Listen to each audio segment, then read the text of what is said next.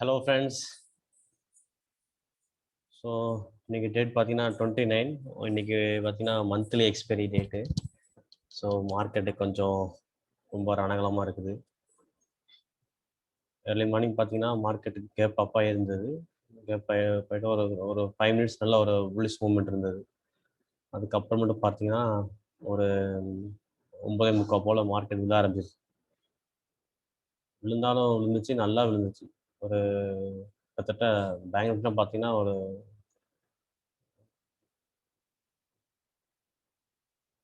34,200லேருந்து கிட்டத்தட்ட 1000 பாயிண்ட் விழுந்துருச்சு. ஓகேவா, அவ்வளோ மார்க்கெட் ரொம்ப இதாக இருந்தது. ஓகே, எனிவே நான் தப்பு பண்ணிட்டேன். என்னன்னா நம்மளோட ரீட்டைலில் இன்றைக்கும் மார்க்கெட் புல்லிஷாக இருக்குன்னு சொல்லிட்டு இந்த இடத்துல மார்க்கெட்டு இதை கிராஸ் பண்ணோன்னே நான் வந்துட்டு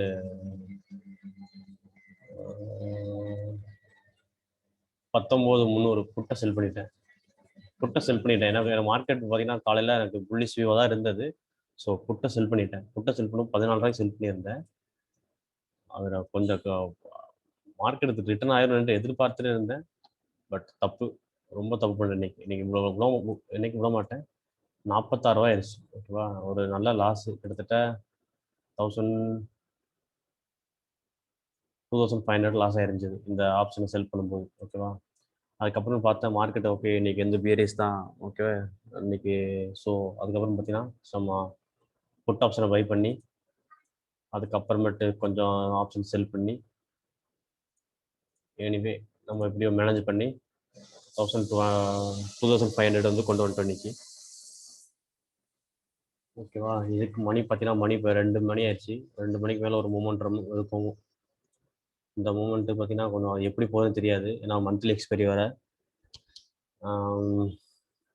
ஸோ பெட்டர் அவன் ட்ரேட் அவாய்ட் பண்ணுறது நல்லது இந்த டைமில். வேண்டாம், அவங்களுக்கு பார்த்தீங்கன்னா ப்ராஃபிட் வந்தது. நம்ம டெய்லியும் 1000 ருபீஸ் தான் டார்கெட் வச்சுருக்கோம். ஓகேவா, நீ கூட வந்துருச்சு, பரவாயில்ல. இதுக்கப்புறம் ட்ரேட் பண்ணக்கூடாது. ட்ரேட் பண்ணால் நம்மளுக்கு மார்க்கெட் எப்படி பிஹேவ் பண்ண தெரியும் இனிமேட்டு 2 மணிக்கு மேலே.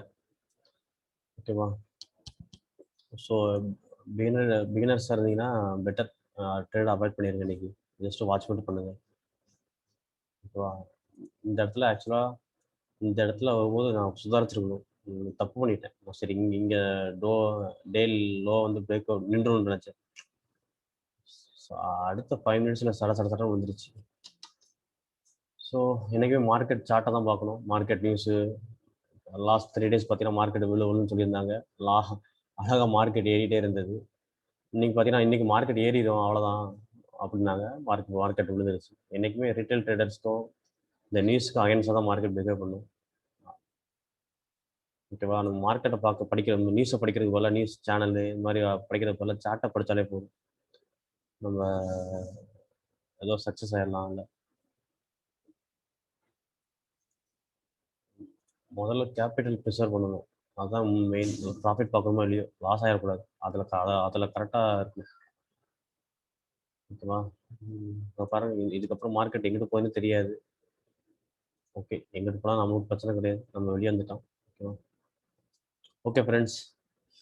ஸோ வீடியோ ரெக்கார்ட் கட் பண்ணிடுறேன்.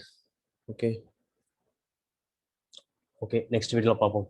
Until then, bye bye. Take care. Thanks for watching.